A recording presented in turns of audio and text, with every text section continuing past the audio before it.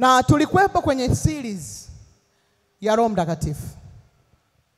Na bado Roho Mtakatifu anatuchukua kwenda hatua nyingine na nyingine. Na hata ukiangalia wanenaji wetu wanaposimama, zile ni kazi za Roho Mtakatifu. Na vile ambavyo Roho Mtakatifu ana uwezo wa kuleta neno la wakati kwa majira sahihi.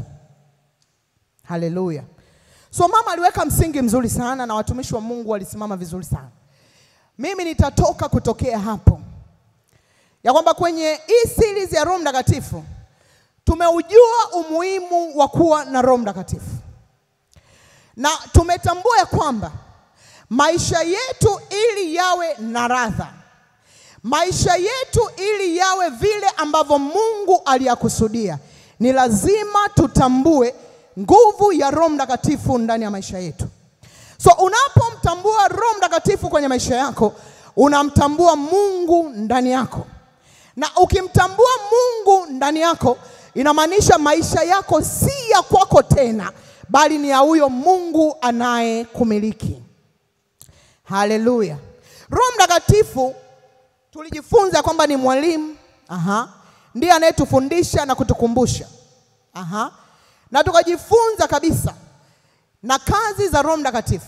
Lakini kuna namna nyingi ambazo Roho Mtakatifu anaweza akajifunua ndani yako. Kwa sababu Mungu ni mpana mno. Huwezi kumpimia anapoingia kwenye maisha yako. Na unapompa nafasi katika ukubwa wake na upana wake, ndivyo ambavyo yeye atakavyokuwa anazidi kujifunua na kukupeleka hatua nyingine kwa hatua nyingine. Na kila anayekubali kuongozwa na Roho Mtakatifu, inamaanisha anaanza kuishi kwa ufunuo. Kwa sababu Roho Mtakatifu anaweza akajifunua kama mshauri. So ninapomkubali kama mshauri kwenye maisha yangu, kuna mambo siwezi kuyaendea mpaka nimuulize Roho Mtakatifu, je, niende? Je, niseme? Je, nifanye? Je, ninyamaze? Kwa hiyo Roho Mtakatifu ukimtambua na ukampa nafasi na ukawa unasemezana naye na ukawa unamuuliza, atakushauri vyema. Bado Roho Mtakatifu anajifunua kama mwalimu. Akija kwako, anajifunua kama mwalimu, kwamba yeye ndiye anayeweza kukufundisha. Haleluya, mtu wa Mungu. Tunapokuwa kwenye nyumba ya Mungu, hatuangalii vidato wala vyeti wala elimu ulionayo shuleni. Elimu ya nyumbani mwa Bwana, wewe ni profesa, weza una masters, weza una PhD, lakini bado unamhitaji Roho Mtakatifu akufundishe elimu ya kuishi na huyu Mungu ambayo hauwezi kuipata kwenye chuo au shule yoyote. Roho Mtakatifu anaweza kujifunua kama mfariji. Kuna majira unaweza ukapita, unamhitaji Roho Mtakatifu tu kusimama kama mfariji kwenye maisha yako. Na ukimruhusu afanye kazi kama mfariji, haijalishi unapitia nini, haijalishi jambo gani limesimama mbele yako, anayemtambua Roho Mtakatifu atakapomuingeji katika huzuni ya aina yoyote, atakapomuingeji katika bonde la aina yoyote, Roho Mtakatifu anasimama kama mfariji ambaye ataufikia moyo wako kwa haraka. Moyo yetu haifikiwi na kingine chochote. Anayeweza kuufikia moyo wako kwa haraka ni yule Mungu aliyeumba mbingu na nchi. Haleluya, haleluya.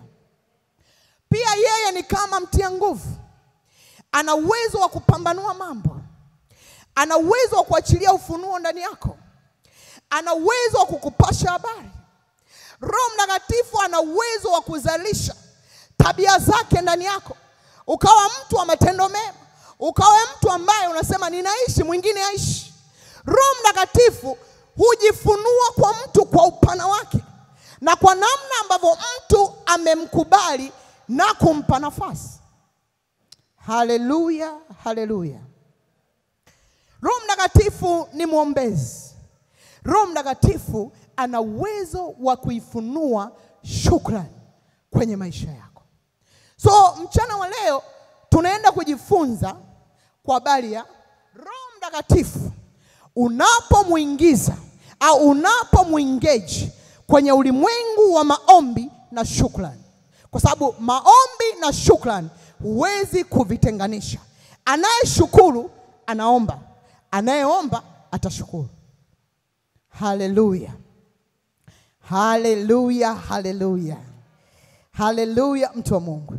So tunajua kabisa kwamba Roho Mtakatifu ndiye anayeweza kutufundisha, ndiye anayeweza kutuongoza namna gani niombe, namna gani niseme.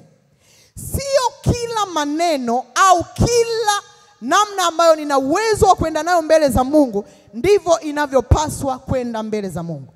Lakini ninapokuwa na maongozi ya Roho Mtakatifu, Roho Mtakatifu anapoanza kuachilia mzigo ndani yangu kwa habari ya kuomba na kushukuru, inamaanisha hata kama hajajibu vile nilivyoomba, bado mimi niliye na Roho Mtakatifu atanipa ufunuo kwenye lile ambalo niliomba akujibu, nitashukuru. Haleluya, haleluya. So Roho Mtakatifu anapokuwa kwenye maisha yangu, kwenye ulimwengu wa roho wa maombi, jambo la kwanza analolizalisha ndani yangu ninapoingia kwenye chumba changu cha siri kuomba, yeye ndiye anayenipa prayer points. Yeye ndo anaachilia mzigo wa kuomba. Ukiwa na Roho Mtakatifu huwezi kuomba nipe.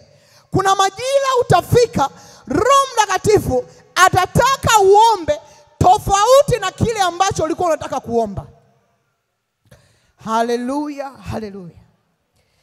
So ulimwengu wa maombi ni ulimwengu wa kuomba mambo, lakini ni ulimwengu ambao unamhitaji Roho Mtakatifu pia azalishe imani ndani yako. Kwa sababu Biblia inasema imani ni kuwa na uhakika wa mambo yatarajiwayo. So ninapoingia kwenye ulimwengu wa maombi, kuna mambo ninaenda kuyaomba ambayo kwa macho ya nyama sina na sijui lini nitayapata. Lakini kwa sababu ninayo imani ndani yangu, kwa ninaamini ninachokiomba, lazima niombe kitu ambacho ninakiona.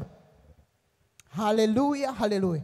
So Roho Mtakatifu anakuwa na uwezo mkubwa sana wa kuifungua akili yako na moyo wako. Kuna majira hautaomba maombi ya kitoto. Na ndio maana Biblia imefika mahali, mimi naipenda sana Biblia. Inasema hivi, adui yako muombe. Lakini ukiwa una Roho Mtakatifu huwezi kumwombea. Lakini kawaida hakuna adui. Hata huyo mtu anayeinuka kinyume na wewe sio adui yako. Lazima wewe uchukie kilichopo nyuma yake. Haleluya, mtu wa Mungu. So ninapoingia kwenye lemu ya maombi, hata kama Bible yangu inaniambia adui yako muombe, kitu unachokichukia ukiwa unakiombea kila siku utakipenda tu. So ninapoingia kwenye ulimwengu wa maombi, lazima nione kitu chema cha Kristo. Inamaanisha ninapoingia kwenye maombi, ninaingia kwenye ulimwengu wa kuumba mambo. Katikati ya kitu kigumu, lazima nione chema cha Kristo. Katikati ya uharibifu, lazima nione ya kwamba Mungu ana uwezo wa kuligeuza ili jambo likawa jema. Katikati ya maombi, nikiwa na Roho Mtakatifu, ndipo pale nitakapokiendea kiti cha rehema kwa ujasiri. Kwa kuwa Bwana ananipa neema ya kuomba jinsi atakavyo yeye na sivyo nitakavyo mimi. Haleluya, mtu wa Mungu. Haleluya, mtu wa Mungu. So lazima umtambue Roho Mtakatifu kwenye eneo lako la maombi. Kwa sababu tangia uumbaji Roho Mtakatifu alitambulika ya kwamba katika uumbaji alikuwepo. So kama alikuwepo wakati wa uumbaji, na Biblia inaniambia palikuwa giza na utupu, lakini Roho wa Bwana alikuwa ametulia. Lakini ilipoanza kusema na iwe nuru, na ikawa. Haleluya. Lilisemwa neno na iwe nuru na ikawa.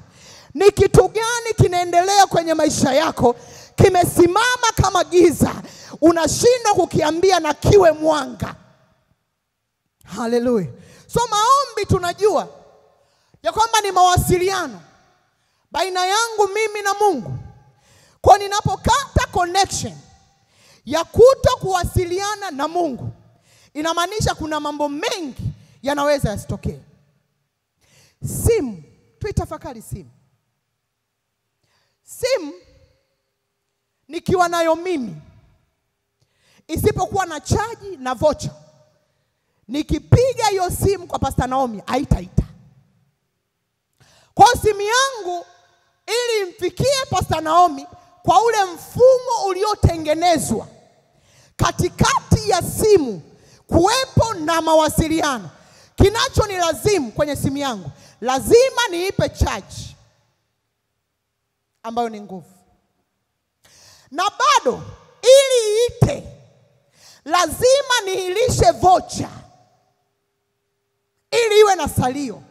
Nikimpigia itaita, tutazungumza, kwa sababu kwangu lipo salio, ipo nguvu. Kwa mimi ninapoenda kumuita mzee wa siku, nikiwa na neno ndani yangu, ninaye Roho Mtakatifu ndani yangu, anasimama kama nguvu. Chochote ninachokiendea lazima nitakipata, kwa sababu kinachonipa ujasiri wa kujibiwa ni pale ninapoenda kuzikumbusha ahadi za Mungu.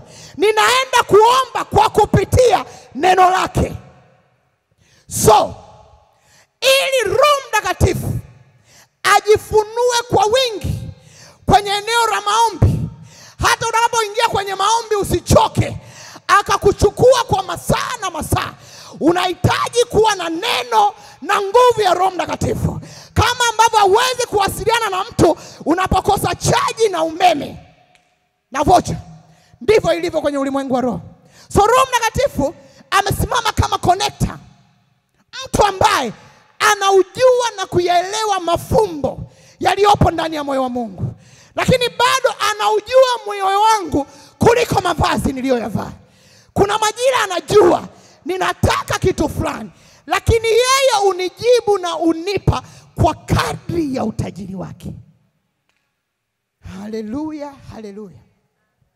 Mgonjwa anapokuwa anaumwa, akilazwa, sio dawa tu zinamponyesha. Yule mgonjwa anahitaji vidonge, lakini anahitaji chakula. Hata kinywa chake ikifika majira hakiwezi kutafuna chakula. Watahangaika madaktari, wataweka hata mpira, wataweka hata drip limtie nguvu. Ile nguvu ya chakula na dawa vikikutana, huyu mgonjwa ainuke. Haleluya, mtu wa Mungu. So nataka nikwambie, haijalishi jambo gani limeinuka ndani ya maisha yako, haijalishi nini kimesimama mbele yako, kama ulivyo ambavyo huwezi kujizuia kula chakula cha mwili, ifike majira ambayo hata kama ninaumwa, hata kama nimekataliwa, hata kama nimesemwa vyovyote, bado ninalo gomba mikononi mwangu ambao nikilichukua na kulisoma linakuja kama mfariji, linakuja kama nguvu, linakuja kama uweza. Hapo ndipo ninapoinuka na kusema, ninayaweza mambo yote katika wewe unitiaye nguvu. Asema ninajua kudhiliwa, ninajua kukataliwa, ninajua yote, lakini ninayaweza mambo yote katika yeye anitiaye nguvu. Kwa ninapokuwa na Roho Mtakatifu, ndiye anayeweza kunitia nguvu kuyaweza mambo yote. Haleluya, haleluya, haleluya, haleluya. Na ndio maana nikakwambia maombi na shukrani ni vitu pacha, huwezi kuvitenganisha. Haleluya. Kwenye maombi ndipo ambapo Roho Mtakatifu anapokuwa na uwezo wa kuzalisha shukrani. Haleluya. Tuone mfano mzuri sana. Na mtu anayeomba, Mtu aliye na Roho Mtakatifu ana uwezo wa kumshukuru Mungu kwa sababu Mungu amekuwa mwema zaidi ya wema alionao. Mungu amekuwa mwaminifu zaidi ya vile ulivyokuwa mwaminifu. Ni rahisi sana kuisoma kwenye Biblia. Hebu naomba tujifunze hapo. Sababu Biblia inasema shukuruni kwa kila jambo, kwa kuwa hayo ni mapenzi ya Mungu. Haleluya, haleluya. Haleluya, haleluya. Nataka tuangalie mfano wa mtu mmoja ambaye aliingia kwenye maombi. Na Roho Mtakatifu alipoingia naye kwenye maombi, alilokuwa analiomba na kulitaka halikutokea. Kwa kuwa yeye aligundua ya kwamba hata kama nimeomba hajanijibu nilivyokuwa ninataka. Alikwambia mtu wa Mungu, unaweza ukawa umemwomba Mungu vitu 10, akakupa kitu kimoja. Shukuru Bwana kwa ajili ya hicho kimoja, kwa sababu vile vitu 10 yamkini havikuwa vyema machoni pako. Haleluya. Fungua kitabu kwenye kitabu cha Samueli wa pili sura ya 12. Kanisa linatakiwa liwe na watu ambao wanaomba kiufunuo. Wanaomba kiufunuo. Mambo yameharibika. Mambo yaeleweki. Yeye anaenda kutamka. Ukiwa unasoma Biblia unajitia nguvu. Mwambie Mungu, kama pale Ezekiel alipoona ile mifupa, Ezekiel ukamuuliza, mifupa hiyo vipi inaweza kuishi? Mungu akasema, Ezekiel akajibu, wewe wajua Bwana. Afu Bwana akamwambia, tabiri. Haleluya, mtu wa Mungu. Hebu njoo tujifunze hapa.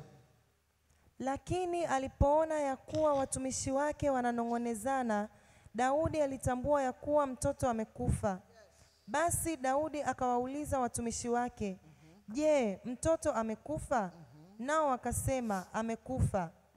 Ndipo Daudi akainuka pale chini, akaoga, akajipaka mafuta, akabadili mavazi yake, akaingia nyumbani mwa Bwana akasali.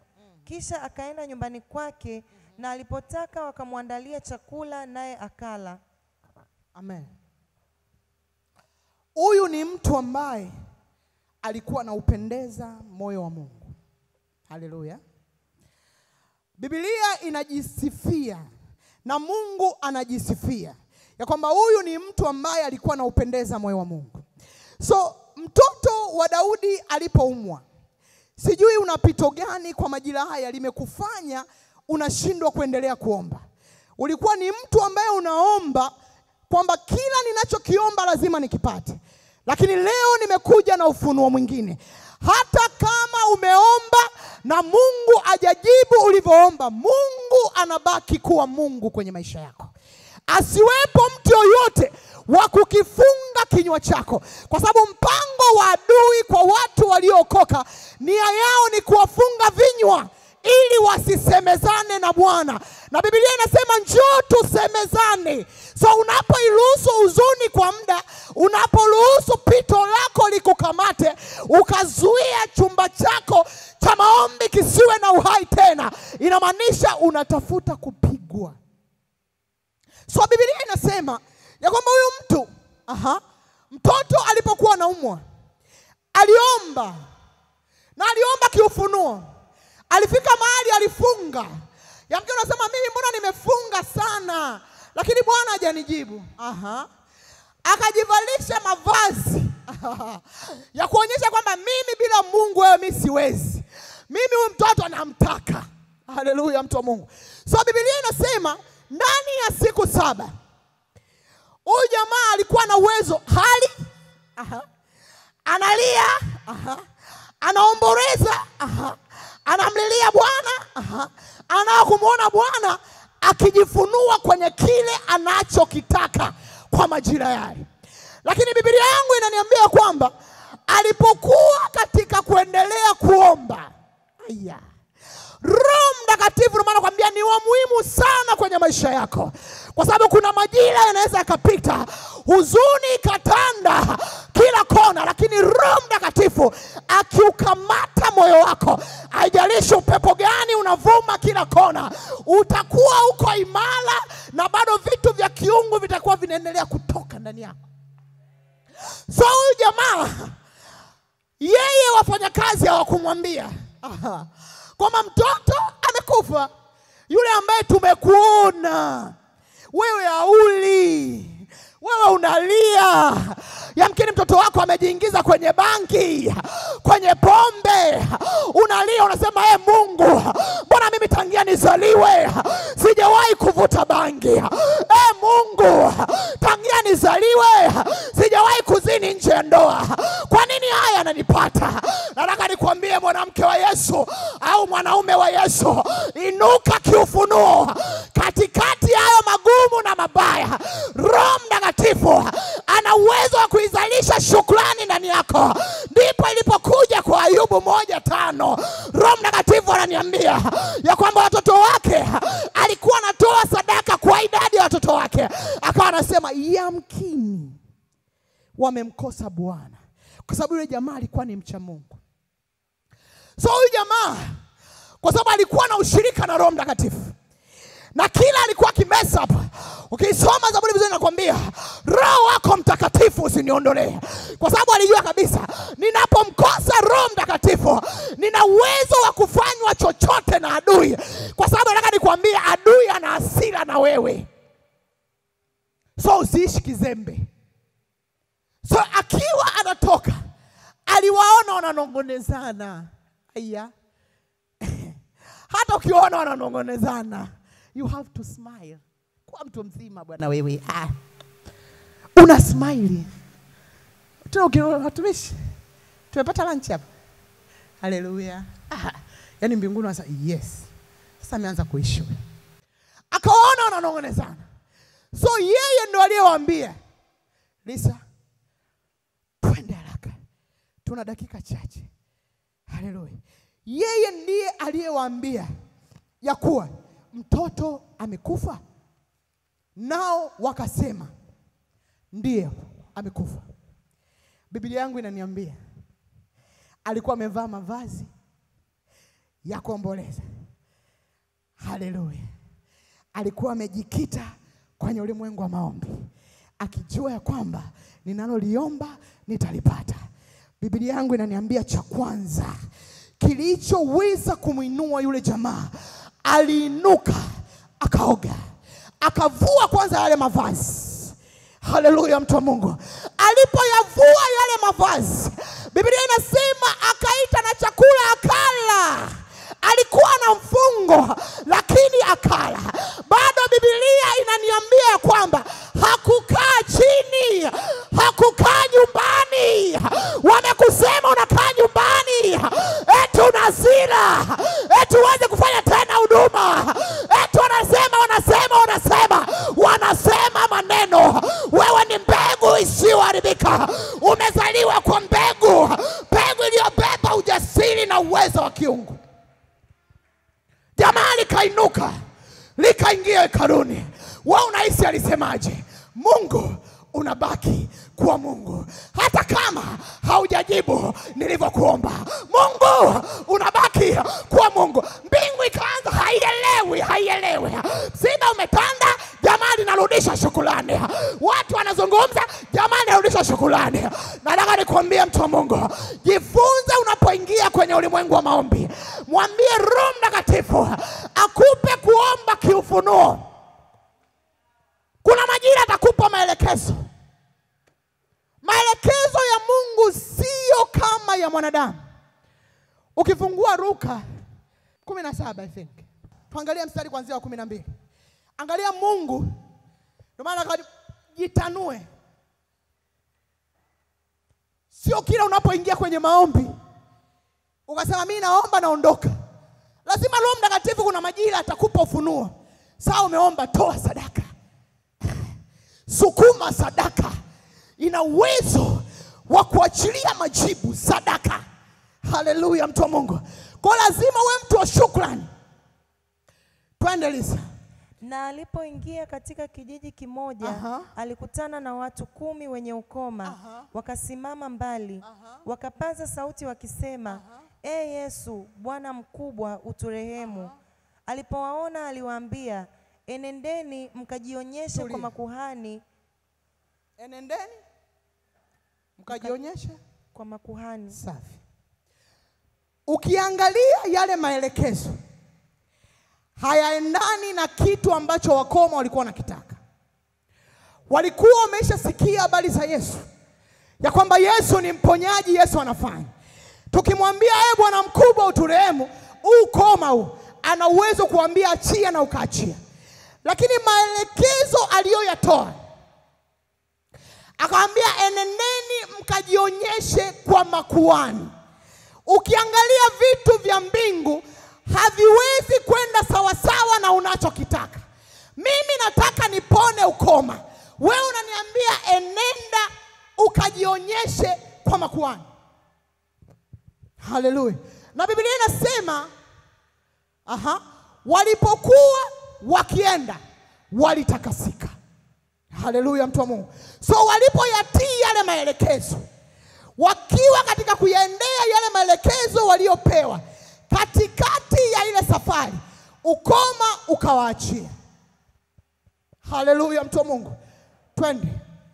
Na mmoja wao alipoona kwamba amepona, alirudi huku akimtukuza Mungu kwa sauti kuu. Haleluya. So yule mmoja katikati ya wale 10 alipoyaona yale maajabu ya Mungu, na ndio maana mwanzoni nilikwambia kwamba fika mahali hata kama umeomba 10 umepewa 1, shukuru Bwana kwa ajili ya hicho 1 ulicho nacho. Hivyo 10 yamkini hayakuwa mapenzi ya Mungu, na ndio maana havikuwepo kwa majira hayo kwako. Jiachilie kiasi cha kwamba Roho Mtakatifu afike pointi ambayo anajua kwamba lolote nitakaloliruhusu kwenye maisha yake, lakini hata kaukiwa shukrani kwenye maisha yake.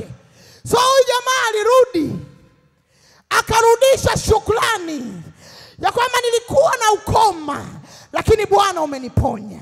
Sasa nataka nikwambie, shukrani ni tabia ya Mungu, na Mungu hawezi kuacha kuitaka shukrani kutoka kwako. Soma. Akaanguka kifudifudi miguuni pake, akamshukuru, naye alikuwa Msamaria. Yesu akajibu akanena, hawakutakaswa wote 10? Wale 9 wao wapi? Je, hawakuonekana waliorudi kumpa Mungu utukufu ila mgeni huyu?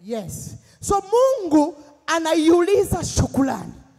Nimeponya, nimetendea watu 10. Kwa nini amerejea huyu mtu mmoja?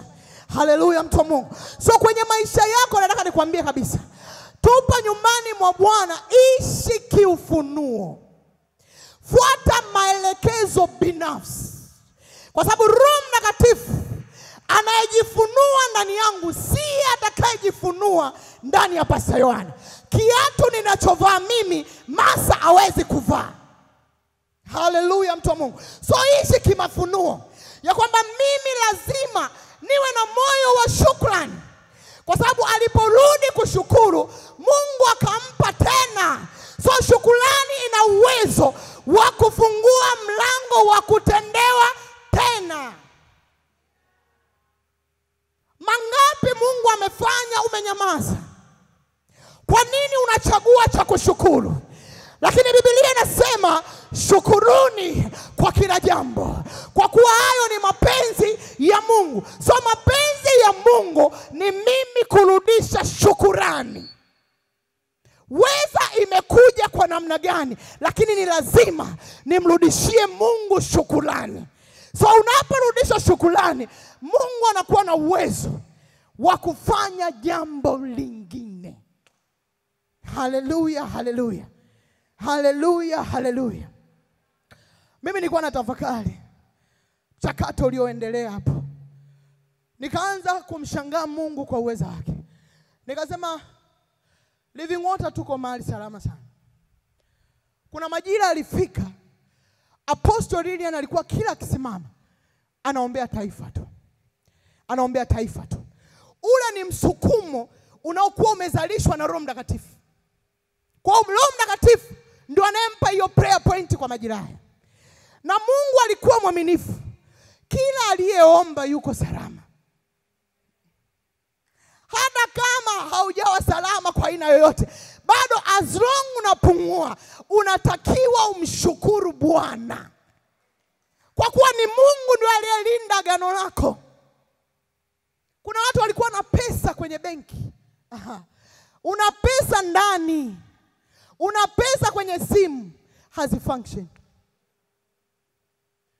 Maduka yamefungwa. Hela yako ipo, haina majibu.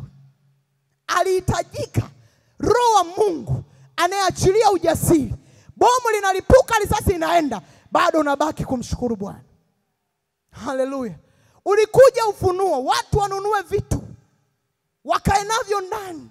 Ni neno la ufunuo. Hata kama haukununua, kwa sababu sio kila mmoja ana uwezo wa kununua stock ya mwezi mzima. Lakini wewe jishukuru.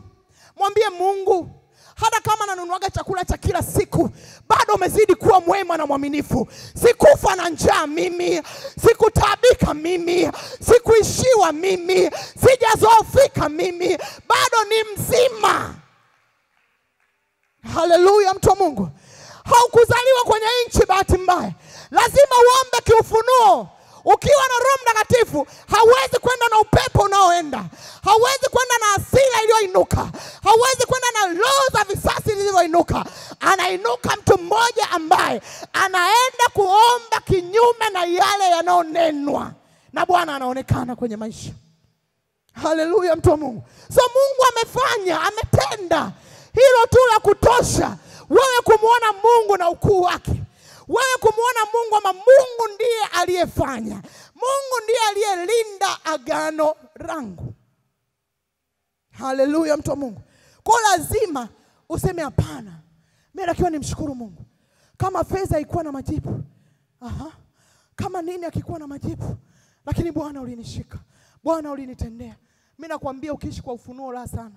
Kwa sababu mimi nimefika point, nimeshakwambia kwa ndugu yangu, weza una gorofa, weza una magari, weza una pesa benki, ukifa tunakuzika wewe na gauni moja. Zamani Wanyakyusa wanazika na nguo. Utafikiri unaenda kubadilisha. Ndugu yangu, ulikuja mtupu ile utaondoka na suti moja. Trust him. So hutaki kumnyima Mungu. Bora hazina yako ikae mbinguni tu. Kwa sababu siku unaondoka, unaviacha vyote. Unapoingia kwenye maombi, hata unapoingia kwenye kusifu na kuabudu, kwa sababu Biblia inasema katikati ya sifa mzee wa siku anashuka. So Mungu anaposhuka, anaweza kaachilia ufunuo ndani yako ya kwamba nishukuru kwa sadaka, nenda kanitolee.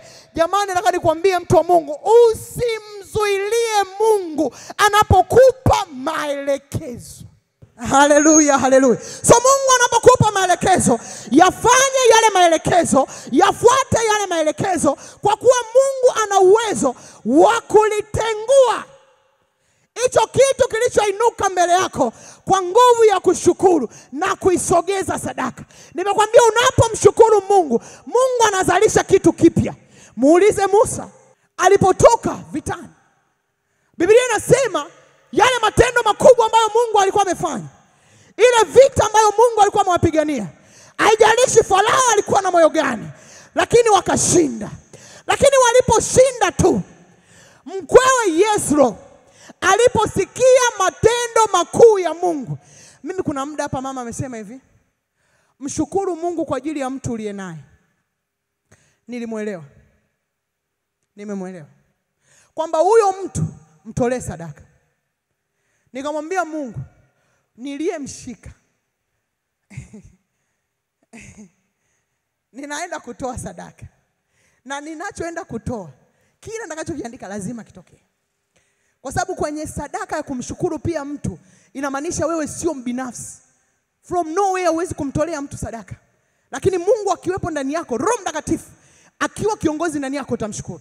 Yethro alimshukuru Mungu kwa ajili ya Musa. Biblia inasema akamtolea Mungu sadaka. Ndipo Mungu aliachilia na ufunuo wa utaratibu. So shukrani na uwezo wa kuifungua akili yako. Yamkini unasema nini, nimezaliwa kwenye familia ya kimaskini, lakini neno la Mungu linasema ya kwamba aliuchukua umaskini wako ili uwe tajiri. So kitu kinachobeba roho ya umaskini hakiambatani na mimi. Ninaikata hiyo connection. Mimi sio masikini. unaanza kuushukuru utajiri, unaanza kuongea kitajiri, unaanza kutembea kitajiri, unaanza kuwa na sauti ya mamlaka ya kitajiri. Kwa sababu ili uwe tajiri fedha ikufuate, inategemea unaongea nini. Wewe kila ukiomba unasema sina. Kwa nini fedha ikae kwako? Umeifukuza. Kila ukigongea sina. Unajua sina mtumishi, sina. Moyo mkavu. Mtu wa Mungu unacho. Haleluya. Jambo lolote unalolitaka, anza kumshukuru Mungu. Unaitaka afya njema, daktari amekupa ripoti ngumu, yamkini unatakiwa kwenda India. Mwambie Bwana, India siendi, operation sifanyiwi, ninaitoa hii sadaka, ninakushukuru kwa sababu wewe una spare kila kiungo. Haijalishi ini langu limeleta ripoti gani, kwa kuwa ninajua unayo maini mapya. Mimi nakushukuru kwa ajili ya hili ini lililoleta shida kwenye mwili wangu. Nitaishi ili niyasimulie matendo yako makuu, na umeniambia kwamba nitaweka mkono juu ya mgonjwa atapata uzima. So usipolitibu ini langu, nitaweka kwenye mkono wa mgonjwa, atapokeaje uzima akati wewe hujafanyika uzima ndani yangu? Haleluya. Mambo ya rohoni yanahitaji utaratibu. Shukrani unaweza kumshukuru Mungu. Baba nakushukuru. Wakambi adui imekamia. Wachawi wamechanganya jina lako. Madhabahu zimeinuka. Wewe unaenda unaomba maombi kama una nanili, unapaka poda kwenye sura. Wewe mtu wa Mungu. Jiangalie vizuri. Kuna maombi, kuna muda unaingia kama nyati. Unaingia sura ieleweki, pua ieleweki, macho ieleweki. Bwana anaelewa. Kama Mungu alimuona Ana akiwa ameumimina moyo wake, Biblia imekuja na lugha inasema midomo yake ilionekana inacheza. Haikueleka, sijui ilikuwa ina vibration, sijui ilikuwa ina nini, lakini yule bibi aliumimina moyo wake kwa Bwana. Haijalishi Penina anamsumbua vipi, haijalishi anatukanwa vipi, haijalishi anasema vipi, anazijua nguvu zake ziko kwenye madhabahu. Hauwezi kunizuia kuomba, hauwezi kunizuia kushukuru, kwa sababu ninaijua nguvu ya shukrani. Pale unapoinuka, yale yanapoinuka, lazima nikae kwenye madhabahu ya maombi, nimshukuru Bwana kwa kuwa ameniamini. Hata kwenye hilo nalopita, nimeaminiwa na Bwana. Kama Bwana asingeniamini, asingeliruhusu lipite kwenye maisha yangu. So nikiingia sina mchezo. Wanawake walioenda leba, hawachagui daktari kule, hawachagui. Hajamwambia vua kavua. Anachotaka ni mtoto. Wewe unataka jambo lizaliwe, unaenda umebana miguu, mtu wa Mungu, come on. Inuka, kwa kuwa saa imefika ya kwamba vinywa vyetu vitakuwa kama miali ya moto. Biblia yangu inaniambia kwamba Bwana Yesu huandaa meza machoni pa watesi wangu. Ni yeye anayeandaa meza, sio mimi Mage. Nimeandaa meza, ameandaa meza machoni pa watesi wangu. So mimi natakiwa kukaa, kula, kucheka. Usiruhusu mtesi aone machozi yako. Usiruhusu.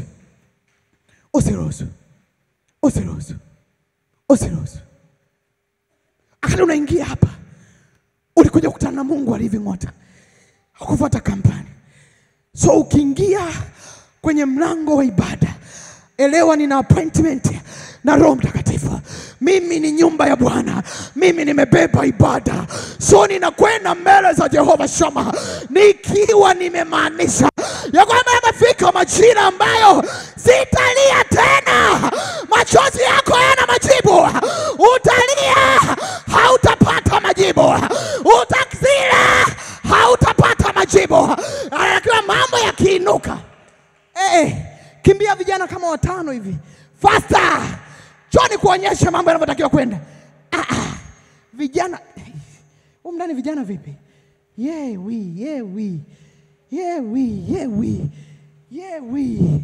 Vijana Aha. Tunafanya demo hapa. Lazima uwe yani ayakata ya bazia. Zunguka. Nizunguke. Mambo yanainuka. Ongeza watu. Ayakata ya. Mambo yanainuka.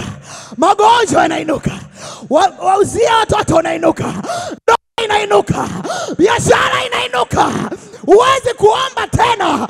Uwezi kusoma tena. Mambo yanapoinuka, usikae chini. Inuka, mambo yapige magoti. Mambo yapige magoti. Nyenyuka, mambo unayaweka chini, unatokeza mbele. Mambo unayaweka nyuma, unatokeza mbele. Ni kweli watoto wananisumbua. Ni kweli ndoa inanisumbua. Ni kweli kazi inanisumbua.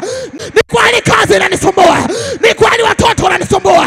Ni kweli kazini inainuka leo inuka. Ni kweli nakataliwa. Ni kweli. Sawa, ni kweli. Ajali imetokea, ni kweli.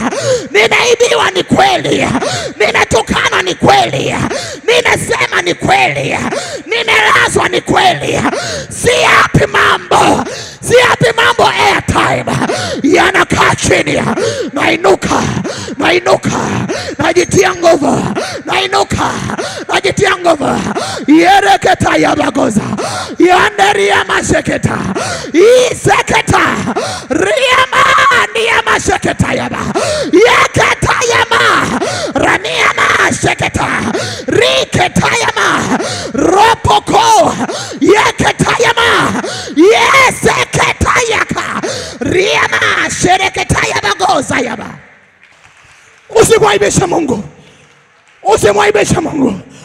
Usimwaibishe Mungu. Lolote aliloliruhusu lina mlango wa kutokea. Yanatakiwa yapige magoti chini. Yanatakiwa yakae chini.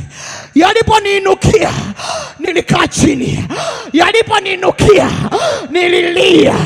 Yaliponiinukia nilikata tamaa. Nilipoitwa majina mabaya nilikata tamaa. Akaja Roho Mtakatifu kama shock absorber. Akaja na ile nguvu iliyoshindwa kuzuia mauti. Hayakataa. Yes, ya masheketa. Kama ikuzuia mauti, nainuka. Nasonga. Nasimama. Namsifu Bwana. Namwabudu Bwana. Namtukuza Bwana. Wameinuka. Wanajipendekeza. Njoo nikwambie, adui mjinga sana Pastor Noah. Nilikuwa namtafakari kati Roho Mtakatifu ananiingiza kwenye ulimwengu wa maombi wa nchi yangu ya Tanzania. Mjinga sana. Anasema hivi, mchungaji atapigwa, kondoo atatawanyika. Akimpiga anatawanyika. Tukija kwenye Efeso 4 kuanzia 12 na kuendelea, anasema yeye ametoa zile huduma 5. Kwa nini ametoa? Ili mimi na wewe tukamilishwe. So adui akitaka Magi na Pastor Naomi wasikamilishwe, anainuka. Pastor Naomi, unadhani mama anakuelewa? Unadhani apostle anakubali? Unadhani? Target Naomi akae chini asikamilishwe. Biblia inaniambia Yesu kwa na wanafunzi baharini, upepo ulivuma basi. Wakajua wanazama. Bwana mkubwa alisema, Zoruba tulia. Bahari ikatulia. So bahari na mawimbi yana masikio. Mtoto wako wa rohoni ana masikio. Usimwangalie kwa tabia za nje. Ni kweli anavuta bangi, sikio la nje. Ni kweli amezaa kabla wakati, ni sikio la nje. Sikio langu la ndani linasemaje? Sikio langu la ndani linasema baraka haichangamani na huzuni. Wana ni urithi wa Bwana. Nao ameniambia nisiwaache watoto wangu, nitawaleta mbele zako. Ninaleta uzao wangu. Ninauzaa kwa upya, Bwana. Yereketa ya bagozaya. Eliki njoo tufanye kazi. Kamata vyombo. Unatisha kama nini, unatisha kama nini, tena ni moto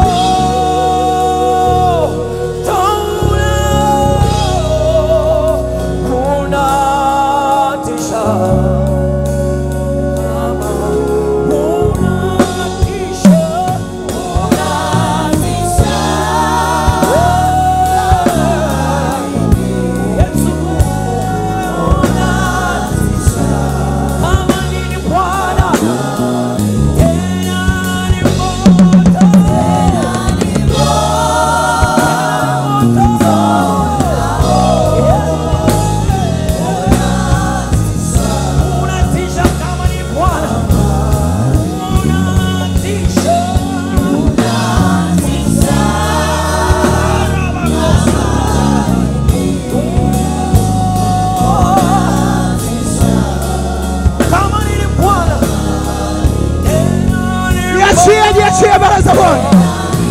Yeye ni moto ulao. Wewe ni moto ulao. Unatisha, unatisha Bwana, unatisha, unatisha,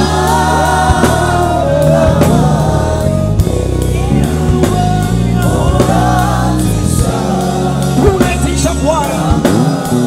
Yes.